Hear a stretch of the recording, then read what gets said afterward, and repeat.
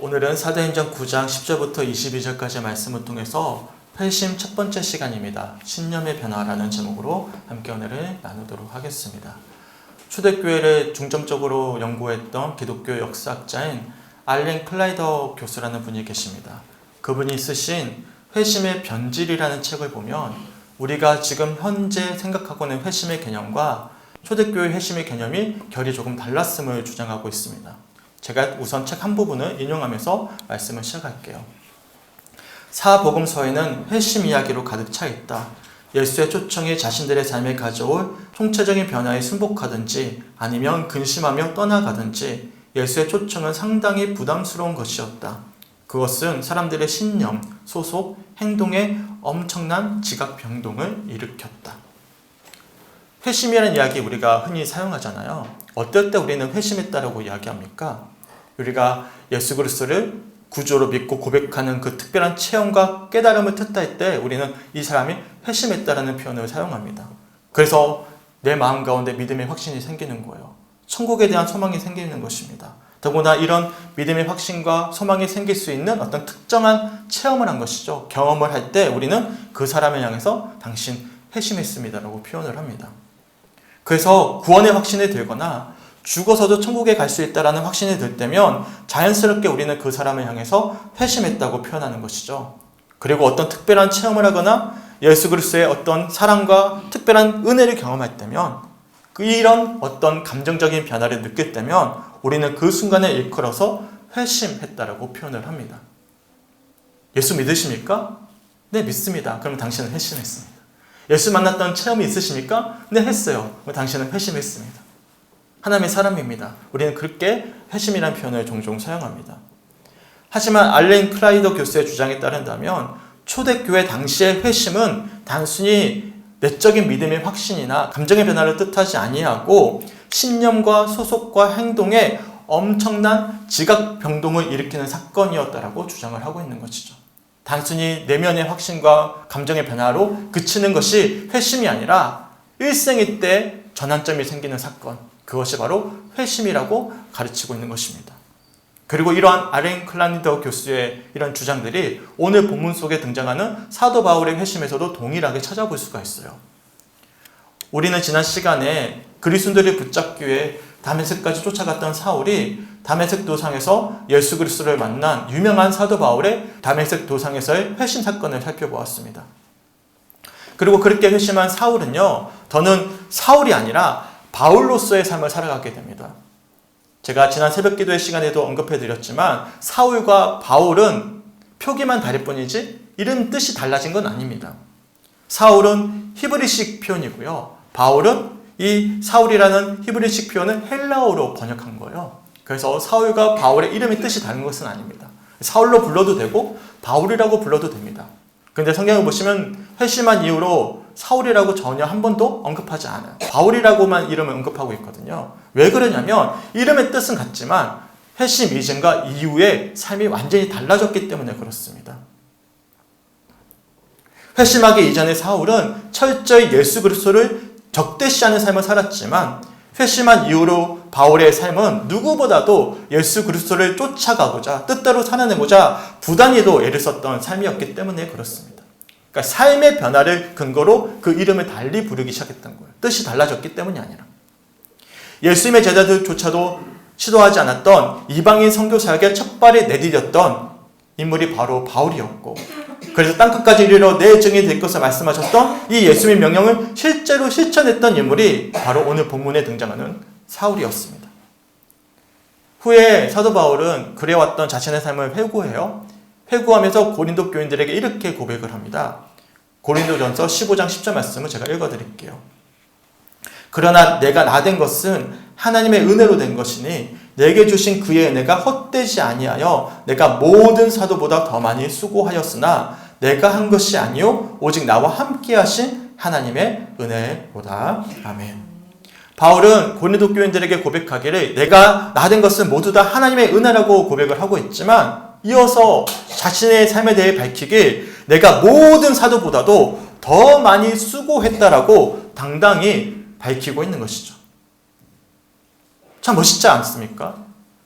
고린도 교회는 분쟁으로 가득했던 교회였어요. 그래서 교회 설립자이자 자신들의 목회자였던 사도 바울에게까지도 불만을 내비쳤던 교회가 고린도 교회였습니다. 그런데 그런 교인들 앞에서 밝히길 내가 모든 사도보다 더 많이 수고했다라고 당당히 밝힐 수 있는 자신감, 그 팩이 참 멋있지 않습니까? 정말 그렇게 살아오지 못했다면 자신을 불편하게 대면하고 있는 사람들에게 그렇게 밝힐 수가 없거든요. 이처럼 사도 바울은 회심한 이후로는 누구보다도 최선을 다해 사명을 감당했던 인물이었습니다. 그리고 그런 놀라운 변화의 첫 출발점은 다름 아닌 오늘 본문에 등장하는 다메섹 도상에서 예수님을 만났던 회심 체험으로부터 시작이 된 것이죠. 이처럼 사도 바울의 회심은 우리가 흔히 생각하는 회심과는 결이 달랐습니다. 단순히 내면의 구원에 대한 확신이 들거나 어떤 특별한 감정적인 변화를 느끼는 그런 어떤 수준으로만 머물러 있지 않았습니다. 개인적이고 내세적인 변화를 넘어서 신념, 소속, 행동에 전인격적인 변화를 가져왔던 것이 바로 회심 체험이었습니다. 우선 오늘은 회심이 가져오는 변화 중에서 신념의 변화에 대해서 좀 자세히 살펴보고자 합니다. 그리고 다음 시간에는 소속과 행동, 그리고 이 모든 것들이 이루어나가실 방법에 대해서도 우리가 세 번의 시간에 걸쳐서 좀 살펴보고자 하는데 우선 본문 21절 말씀을 함께 읽어볼게요. 시작! 듣는 사람이 다 놀라 말하되 이 사람이 예루살렘에서 이 이름을 부르는 사람을 멸하려던 자가 아니냐. 여기 온 것도 그들을 결박하여 대제사장들에게 끌어가고자 함이 아니냐 하더라. 아멘. 다메섹 도상에서 회심을 체험했던 바울이 그리스도인들을 붙잡기 위해 쫓아갔던 다메섹에 도착합니다. 그리고 놀랍게도 유대인들이 모여있던 회당을 찾아가요. 그곳에서 누구를 전파하기 시작하냐면 자신이 만났던 예수 그리스도를 전하기 시작했던 것입니다. 지난주에 살펴봤던 것처럼 이 사도 바울은 그리스도인들을 붙잡기 위해서 예루살렘에 있는 대제사장을 찾아 공문을 요구했던 사람이었어요. 그러니까 공식적으로 인증을 받은 그리스도인들의 박해자였다는 사실이죠. 그러니까 누구든지 다 알고 있는 인물이었어요. 얼마만큼 그 명성이 대단했던지 사도 바울이 회당에서 자신이 만난 예수를 증거하자 사람들이 다 놀라워합니다. 이처럼 사도 바울의 회심은 애매모호한 변화가 아니에요. 그런 말 있잖아요. 세상 반, 교회 반. 양다리를 거치는 그런 애매모호한 변화가 아닌 거예요. 변화 이전과 후의 모습이 완전히 서로 다른, 그래서 바울 자신뿐만 아니라 그 모습을 지켜보고 있던 주변 사람들까지도 놀라워할 만큼의 그런 혁신적인 변화였음을 우리들이 오늘 본문의 말씀을 통해서 살펴볼 수가 있는 것이죠. 어제 구미에 있는 더삼교회에 입당 예배가 있었습니다. 중간에 우리 지방의 제일 큰 교회가 구미 제2감리교회니까 구미 제2교회 목사님께서 말씀을 전하셨는데 이런 말씀을 하시는 거예요. 새해가 되면서 이제 교육부 부서를 이제 개편을 해야 되니까 교육전도사를 청빙하고자 다방면을 알아보셨대요. 그런데 교육전도사 청빙이 너무나 어렵다라는 것이죠. 그 이유를 이제 여러 가지로 말씀하시길 가장 결정적인 이유는 신학생들이 교회에서 교육전도사로 받는 사례보다 주말에 아르바이트를 해서 버는 수익이 더 많기 때문에 교육전도사에 지원하지 않는다라는 이야기를 하시는 거예요. 그러면서 하시는 말씀이 신학생들조차도 이렇게 세속적인 가치관에 물들어 있는데 과연 앞으로 한국교회가 어떻게 되겠냐. 새로 입당하는 더삼교회는 이러한 세상의 가치관을 따라가지 않고 구별된 건강한 교회가 되기를 바란다라는 취지의 말씀을 하셨어요. 개인적으로 이 목사님의 말씀을 들으면서 우선 두 가지 생각이 들었습니다. 첫 번째는 신학생의 관점에서 생각해 본 거예요. 신학생의 관점에서 생각해 본다면 최저시급을 받는 아르바이트생보다 못한 사례를 주는 교회의 처우가 어떻게 여겨졌을까라는 생각을 한번 가져보게 된 것이죠. 무조건적으로 비판적으로 볼 것이 아니라 최저시급조차 보장이 되지 않는 교회의 처우. 사실 교육전도사를 드리는 교회는 웬만하면 다 자립하고 큰 교회들입니다. 우리 교회는 드리고 싶어도 드릴 수가 없어요. 어느 정도 재정이 갖춰진 교회들이거든요. 충분히 더 주려면 줄 수도 있는 의지가 있는 교회들이에요. 그럼에도 최저시급, 사회에서 서로 합의해서 결정한 최저시급을 보장해 주는 것이 합당한 모습이지 않을까라는 생각을 하게 되었습니다.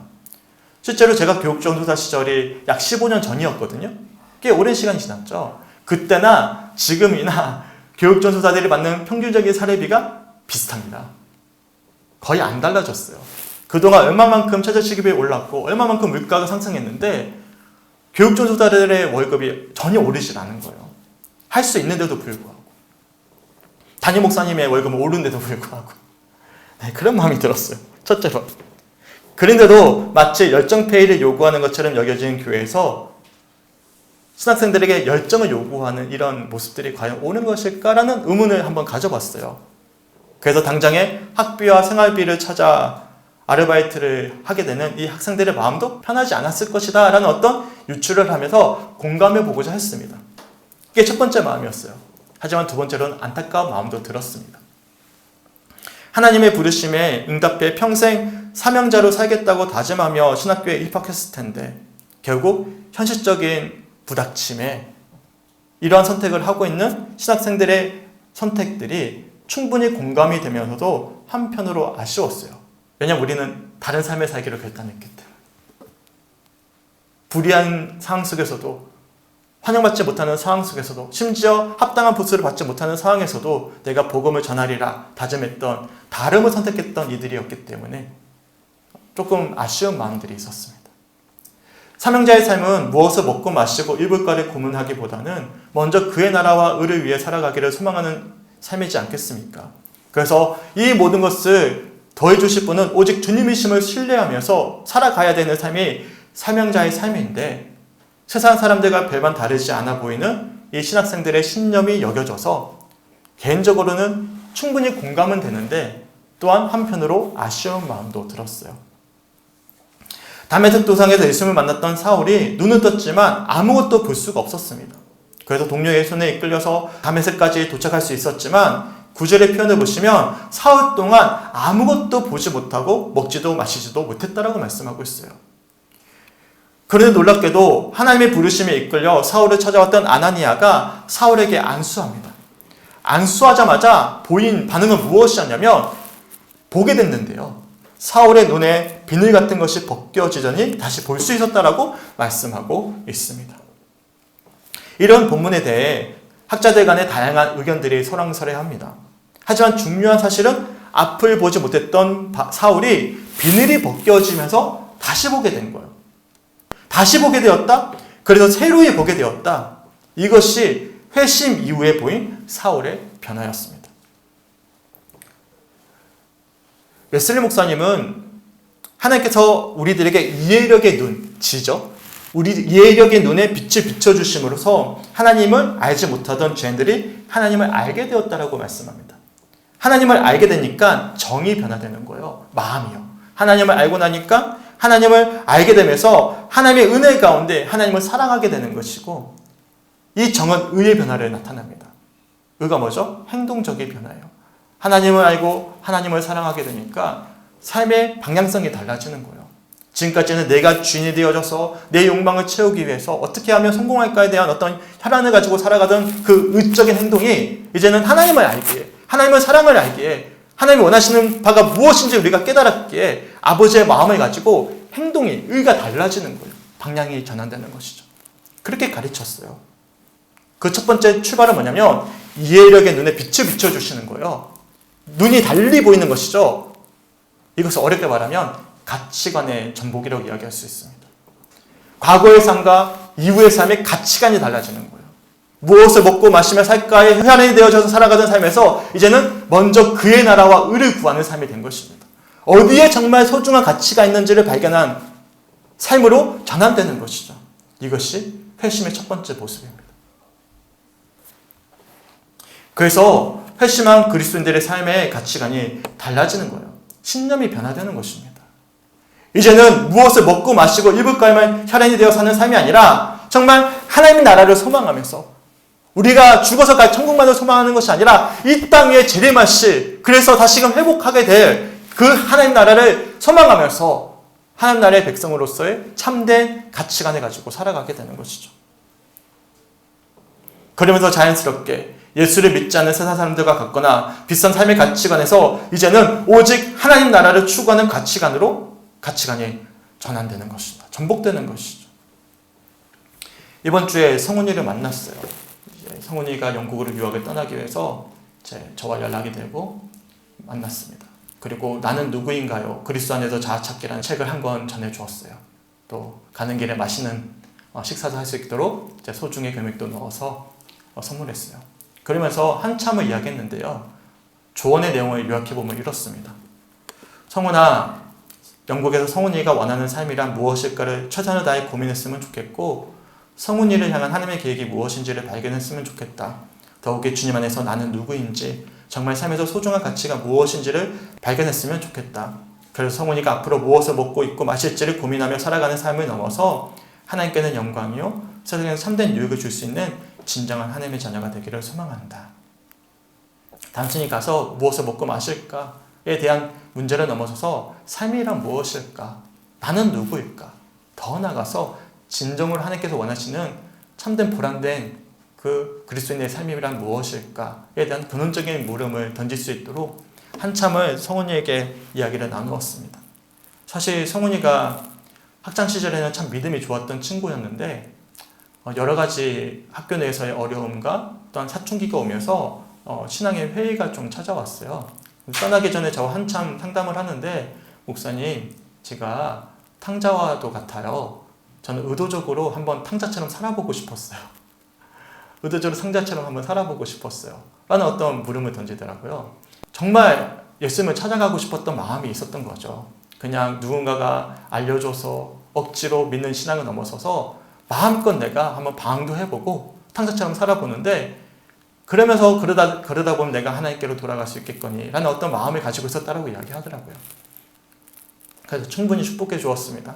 맞다고. 그 탕자의 비유의 핵심은 두 번째 아들이 아니라 첫째 아들을 위한 탕자 이야기라고. 첫째 아들은 평생 아버지 곁에 있었음에도 불구하고 전혀 아버지의 마음을 헤아리지도 못하고 사실 세상 사람들과 똑같은 가치관으로 비교하고 그래서 미워하고 돌아온 탕자 둘째 아들을 어떻게 그렇게 받아들일 수 있냐고 그렇게 지적을 했던 그 인물인데 바로 그런 첫째 아들이 진정한 탕자임을 보여주는 비유이기도 하다고. 도리어 너가 둘째 아들처럼 충분히 방황하지만 하나님께 돌아가야지라는 그런 마음을 가지고 있다면 주께서 분명히 일해 가실 것이고 목사님이나 부모님을 통해서 가르쳐준 예수님이 아니라 내가 그 과정 가운데 만난 그 예수님을 만날 때면 내 삶이 변화될 거라고. 진짜 내가 그리스도인이 될 거라는 어떤 조언을 해주면서 축복해 주었어요. 그러면서 영국 가서 내가 정말 수많이 보일 수 있는 겉무늬만 옷을 입고 있는 그리스도인들의 모습이 아니라 진짜 회심한 진짜 삶의 가치관이 전복이 되어져서 하나님 나라의 가치관을 가지고 살아내는 정말 아름다운 믿음의 청년이 되었으면 좋겠다라는 어떤 조언을 하고 축복해 주면서 영국으로 보냈습니다. 우리 성죽교회 성도님들은 어떻습니까? 예수를 믿기 전 그리고 후의 삶의 가치관이 달라지셨어요? 세상 사람들의 신념과 우리의 삶의 신념이 다르십니까? 과연 우리의 신념이 달라졌어요?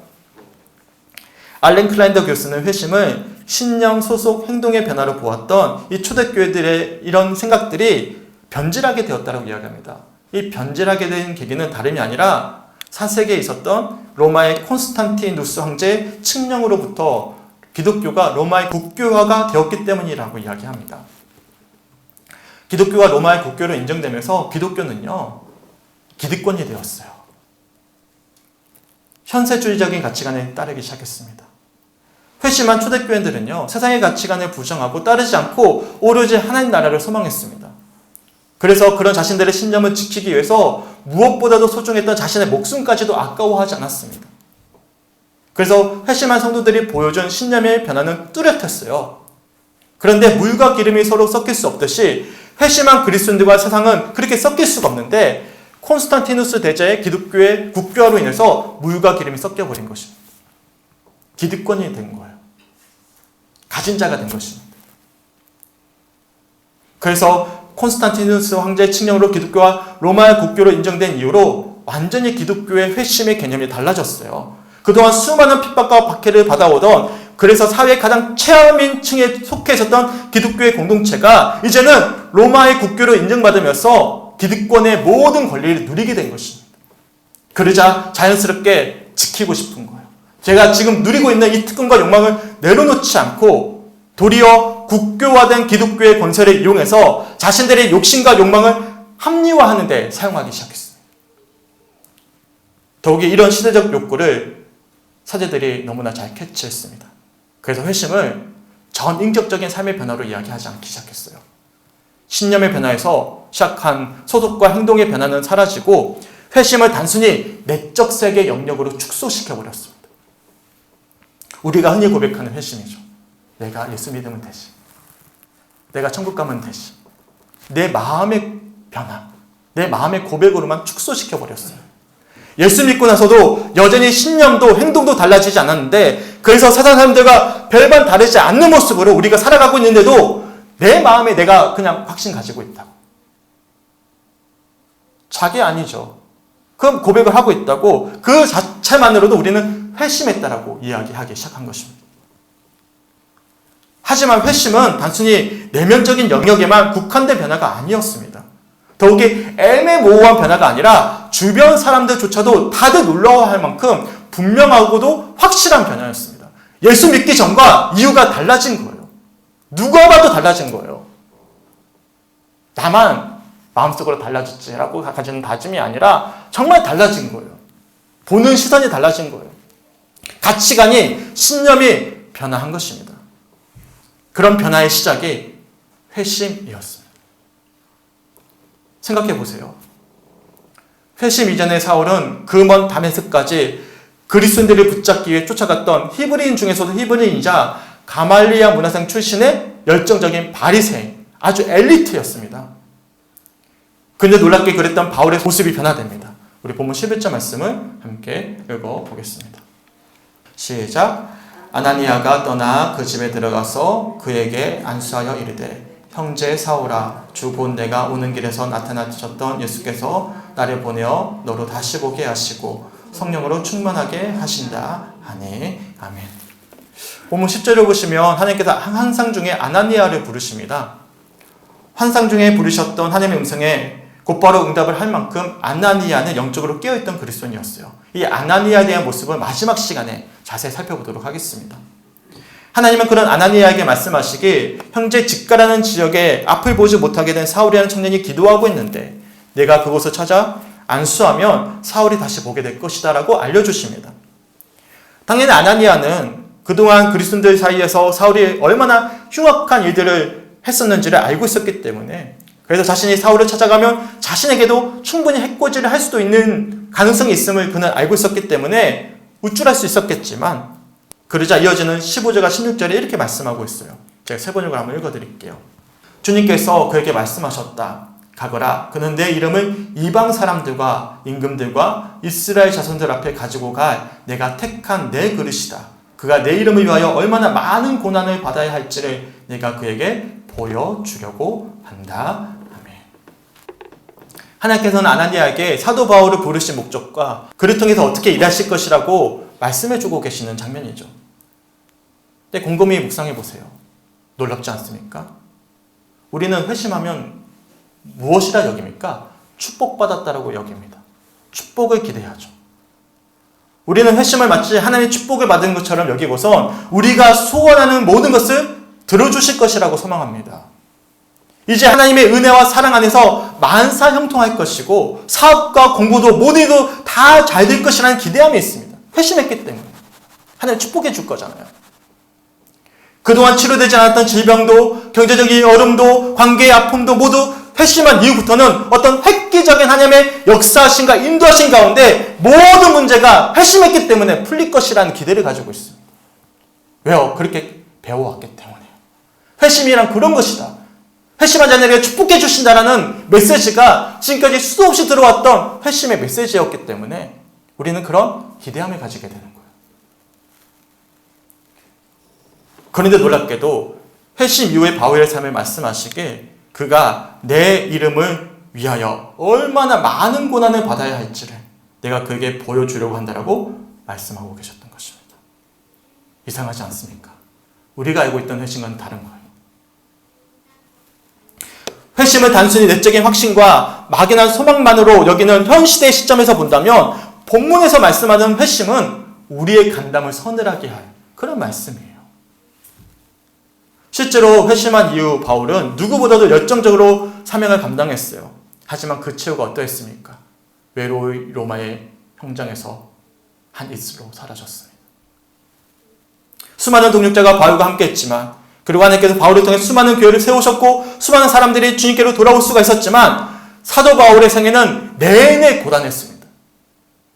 그보다 많은 고난을 감당했던 사람이 없어요.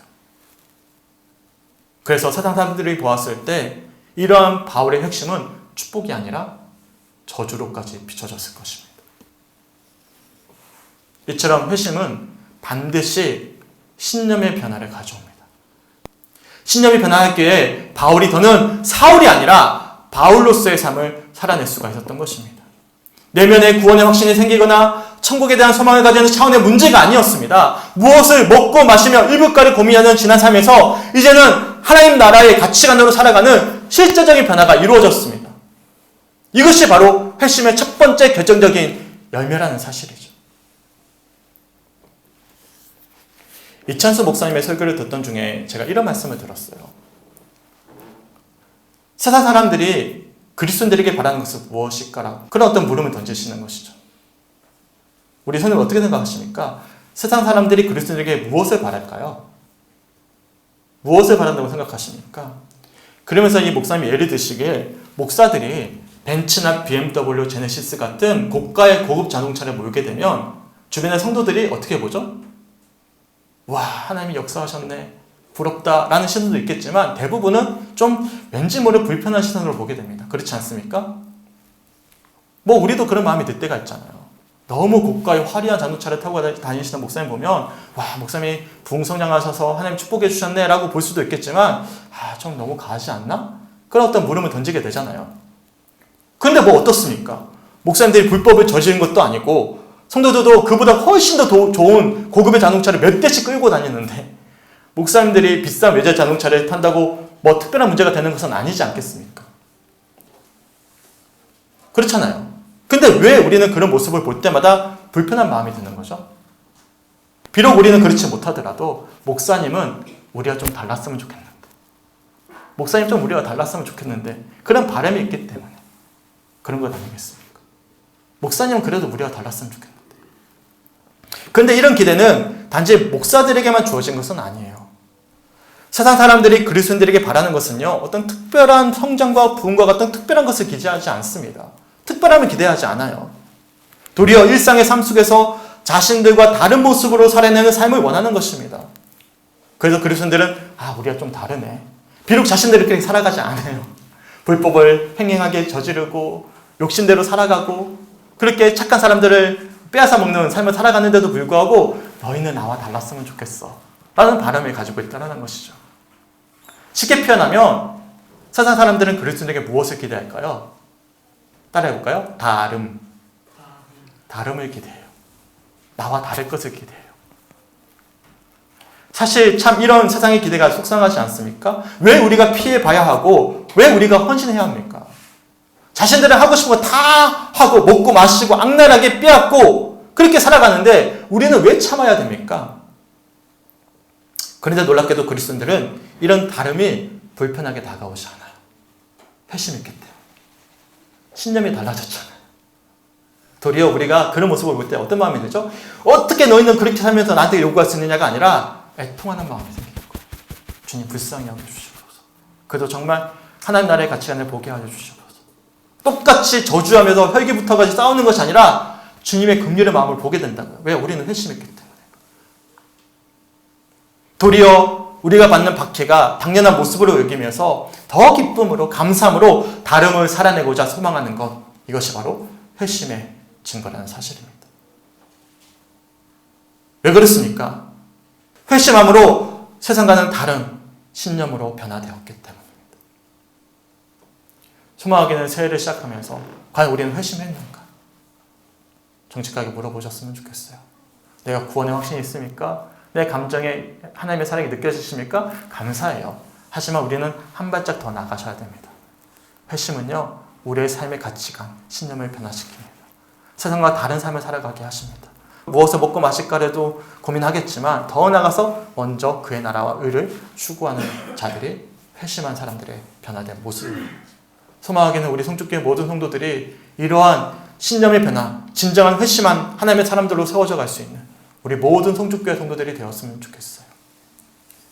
큰 공동체를 통해서 주님이 영광 받으시는 게 아니에요. 주님은요, 의인 한 사람을 찾으십니다. 소돔과 고모라는 이 의인 10사람을 찾지 못해서 멸망당했습니다. 주님은 오늘 이 시간 많은 것을 찾지 않으셔요. 바로 우리 자신의 회심을 지금 기다리고 계십니다. 그리고 우리를 통해서 올 한해 우리 가정을 통해, 우리 교회를 통해, 우리 일터를 통해 주님께서는 새로운 변화를 일으켜 가실 것입니다.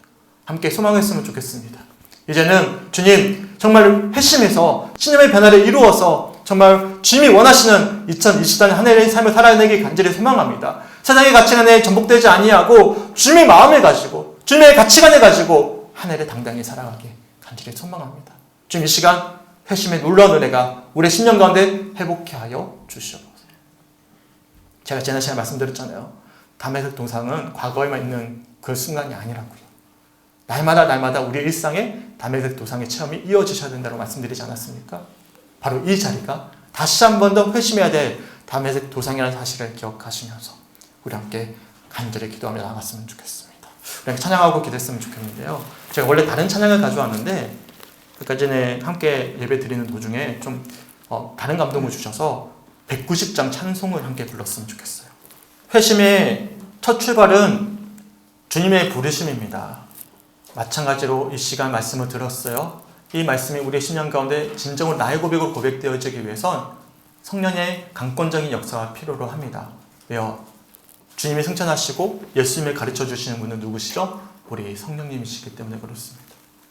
우리 함께 기도했으면 좋겠어요. 이 찬양의 가사가 말씀을 듣고 고백하는 우리의 간절한 고백이 되었으면 좋겠습니다. 그리고 주님 진정한 회심한 하나님의 자녀로서 신념이 변화되길 원합니다.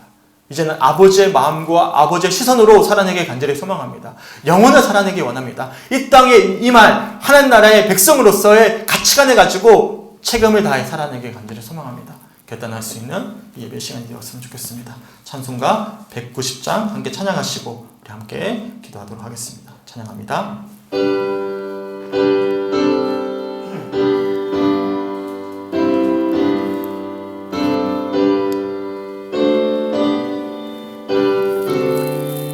성령이여 강림하사 성령이여 강림하사 나를 감화하시고 애통하며 회개 한맘 충만하게 하소. 예수여 비오니 예수여 비오니 나의 기도 들으사 애통하며 회개한 맘 충만하게 하소. 성령이여 강림하사 성령이여 강림하사 그 신권능 주소. 원하옵고 원하오니 원하옵고 원하오. 충만하게 하소서 충만하게 하소서. 간절히 선포합니다. 예수여 비오니 나의 기도 들으사 애통하며 회개한 맘 충만하게 하소. 힘이 없고 연약하나 힘이 없고 엎드려서 비오니 엎드려서 비. 성령 강림하시옵소서. 성령 강림하 충만하게 하옵소서. 충만하게 하소서. 예수여 비오니 나의 기도 들으사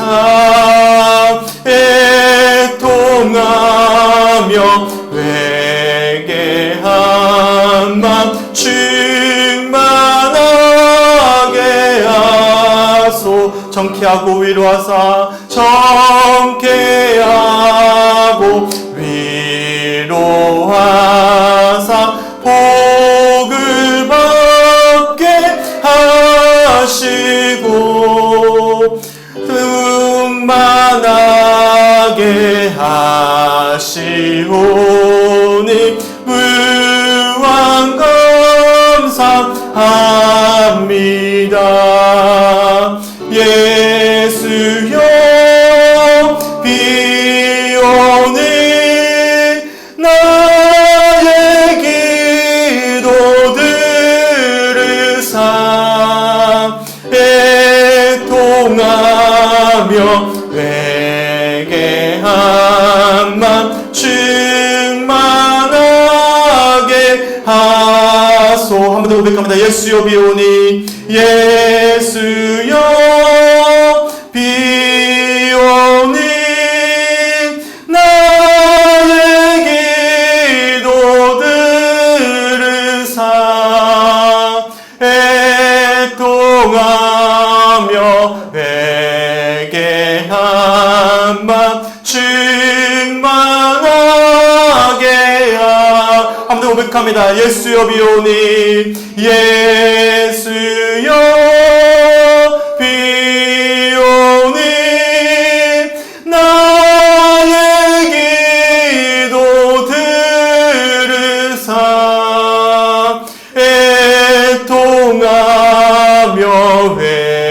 회개한 맘 충만하게.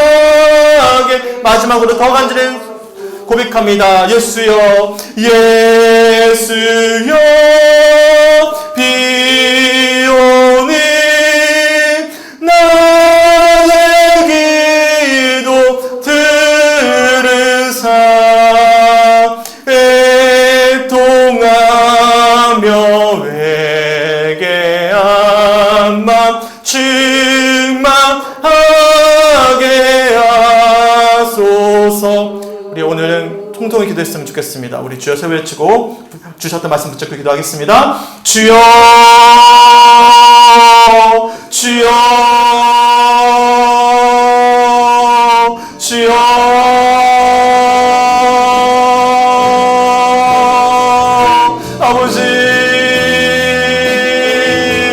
아버지 기도하는 모든 분들의 심령 가운데 시간 인자하여 주시옵소서. 말씀하여 주시옵소서. 아버지 오늘 주셨던 말씀을 정직하게 나누게 하시고 세를 살아가기 위해서도 우리가 어떤 열심히 아버지 증거들을 왕 가운데 확인하면서 우리가 어떤 믿음의 여정을 걸어가야 될지, 아버지 우리가 무엇이 회복되어져야 되며 어떻게 돌이켜야 될지, 아버지 우리가 우리 삶 가운데 회심하는 자로서 무엇이 회복되어져야 되는지를 말씀을 통해서 가르쳐 주시면 너무나 감사합니다. 우리가 왜 이렇게 열심히 있고 우리가 왜 이렇게 아버지 염려하며 걱정하고 있습니까? 왜 우리가 단지 무엇을 먹고 마실까 여기까지 하나님 되어져서 어떻게 하면 좀 더 잘 살아갈까를 가지고 아버지 고민하고 있지만, 우리가 아버지 주었던 그 하나님의 나라로 아버지 잃어버린 채 그렇게 낙심했진 않았습니까? 주 오늘 주었던 말씀들을 가지고 우리의 신념 가운데 놀라운 거듭남의 회복이 일어나게 간절히 소망합니다. 우리의 신념의 가치가 변화되어지기 간절히 소망합니다. 주님을 만났던 그 첫 번째 그 순간 내가 상상점을 위해 살아가겠습니다. 정말 주님 원하시는 삶을 살아가겠습니다. 주님께만 영광을 이는 삶을 살아가기 원하십니다 라고 고백했던 그 아버지의 순전한 마음으로 돌아가 아버지 우리의 가치관이 얼마나 변질하였는지, 우리가 무엇 때문에 이렇게 낙심해 있는지를 돌아보면서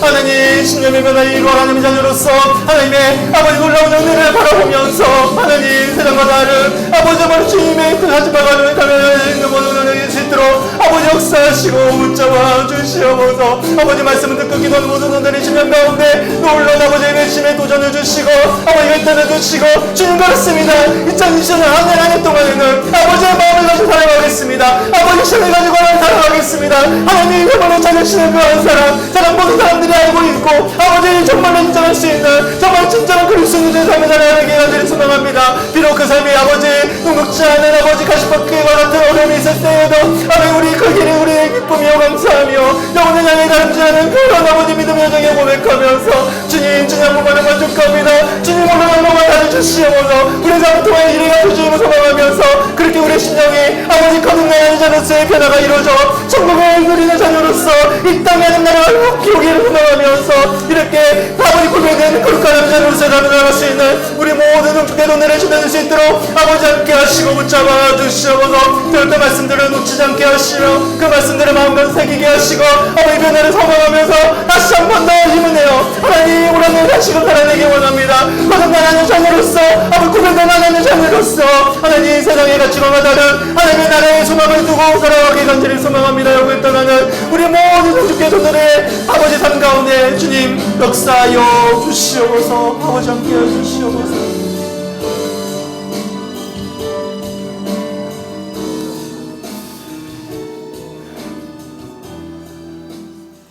주님 너무나 감사합니다. 새해를 맞이하면서 특별히 사도 바울의 회심의 사건을 통해서 회심한 자녀들이 맺게 되는 회심의 증거가 무엇인지 아버지 말씀을 통해 다시 한 번 더 확인케 하심에 주님 너무나 감사합니다. 우리가 무엇 때문에 이렇게 낙심해 있었는지, 무엇 때문에 이렇게 갈등하며 아파하고 있었는지, 혹여나 세상 사람들과 똑같이 무엇을 먹고 마실까 혈안이 되어져서 그만 아등바등 그렇게 살아오진 않았는지를 돌아보게 됩니다.